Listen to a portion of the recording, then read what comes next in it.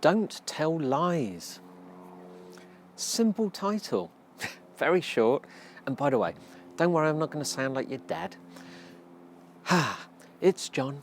It's Marketing for Owners, the podcast, where I help you to create a self-marketing company.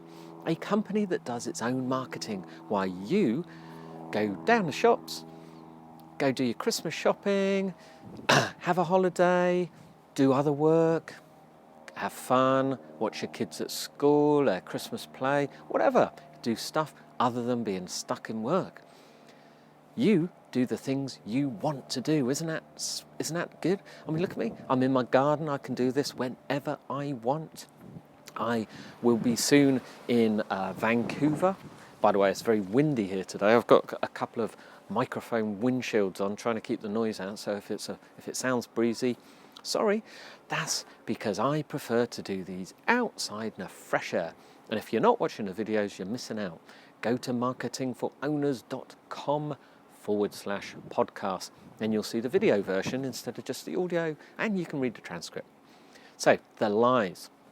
Okay, so what I mean is to get a state of transparency and honesty into your entire life. Now, I'm not really talking about outside of work, because that's not really my thing, but in business, in your marketing, in your relationships with your colleagues, with your employees, with your staff, with your team, your outsourcers.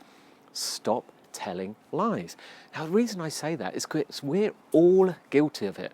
Have you ever been on your way to an appointment and you're late because you left a bit late, or you get stuck in traffic, and you ring up and you say, I'm 5 minutes away, when you know you're 10 minutes away? You could be on your way home to your husband or to your wife or your partner, and they ring you and say, where are you? Oh, I'm nearly home. I've just been stuck in traffic. When you weren't stuck in traffic, you were doing something at work. We all tell little white lies, but then they become easy. Now, the ones I mean are the ones when you're talking to customers. Something didn't arrive. So, for example, you're supposed to send out a package. It hasn't arrived. The person it hasn't arrived with the customer. So they phone you. You speak to them and you say, oh, really? Oh, that's unusual. Well, I know it went out. Let me go and check that. Now, and I'll get back to you. You know it didn't get sent because you didn't have it in stock. You're hoping you're going to get it in today and it's going to be sent out. So what you then do, you phone them, you say, I have absolutely no idea what's happened, but I can guarantee we will get you another one and you'll have it tomorrow. When the first one arrives, please let us know and we'll pick it up. All this. Why not instead say, I am so sorry. In fact, we should have called you, but it turned out it wasn't actually in stock. It's arriving today and we're going to get it out. You will have it tomorrow. I'm so sorry. Honesty, transparency. Because the person, have you ever had it to you? What do you think the other way around? Do you think, are they telling the truth? I bet you they're making that up. Why not just be honest? What's the worst that can happen? I'm going to say that a lot, by the way. What's the worst that can happen? You're telling the truth. If you start to be honest and transparent with everything, you'll find it filters through to your whole life, and it just gives you a better mindset, a better ethic. You can feel better about yourself, about your business, your customers will like you. Honesty shows through. People can tell when people are not telling the truth. If you start to forget how often you do it, they don't. They notice because it happens a lot. You can't remember the last time that customer ordered and you said the same thing. See what I mean? So how about with staff? How about being honest with them? So for instance, if you were planning a pay rise this year, but it's not going to happen, you're hoping you don't mention anything and they won't notice. They won't bring it up. And by the way, I do actually include being economical with the truth. Just not saying it is the same as lying. You're just hoping people forget or don't mention it. But they don't forget. they harbour grudges, and it all adds to the little bank in their head. The little tiny, all those little things that add up. They go in a bank, and then eventually they explode, and then everything seems so petty. You look back, it was all so petty. So try to be truthful. The other day, I bought a chair in Staples, an office chair, and it had a price on it, and it was $49.99, and it said previous price £189. But above that, and that was in the small print, £189 crossed out, and price 49. Above it, it said introductory offer. Huh? Introductory offer. And apparently it's a new product.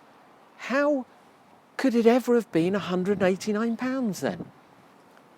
Why are they saying that? Because I looked at that and I think they're lying to me. Now I know they're lying to me.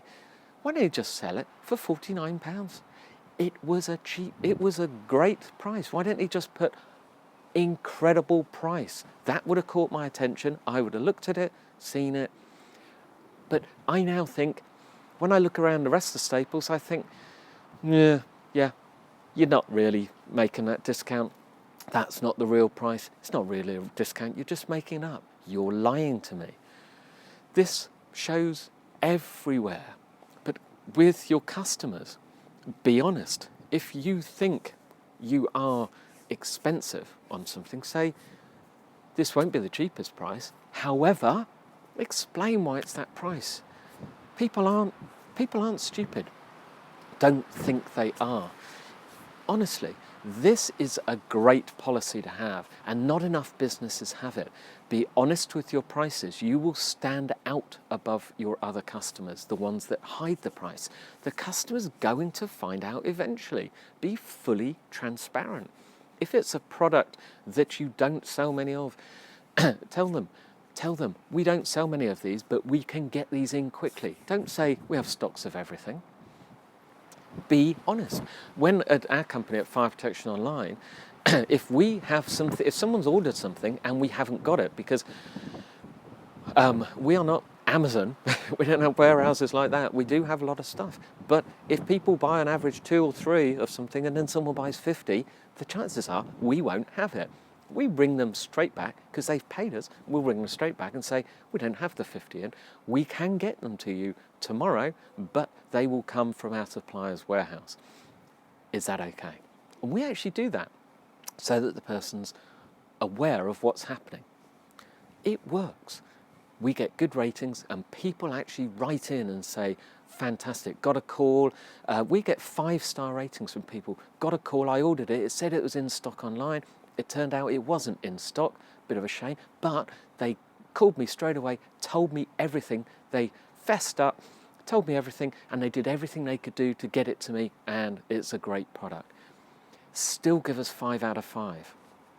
Honesty, transparency, it will work. Anyway, enough of the preaching. Today's tool tip. Tuesday's toolbox tip is for a product, it's an online service, it's called Scoop.it.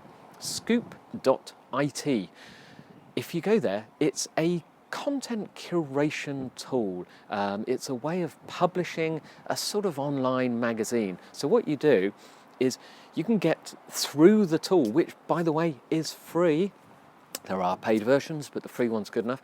You can create like a magazine and you can give it a name, and then you can use what are called RSS feeds to bring information in from other blogs, other news sites and things. And you can bring articles in, you can search on your keywords, bring articles in and share them in your Scoop It channel. Then you can send that link to people, to your customers, with a lot of, here's a great information. So it's a way of curating content, putting it all together in a very neat way. Looks like a magazine.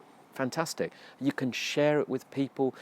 People will share, people will follow you. It's another way of building an audience. People use Scoop It. It's fantastic. It makes you look good. Go and have a look. By the way, if you do want to freshen up, your online presence, this episode is sponsored by website101.co. It is something you need to go and look at. www.website101.co. I'm saying no more. Go have a look. It won't bite. It's good for you. I'll see you tomorrow.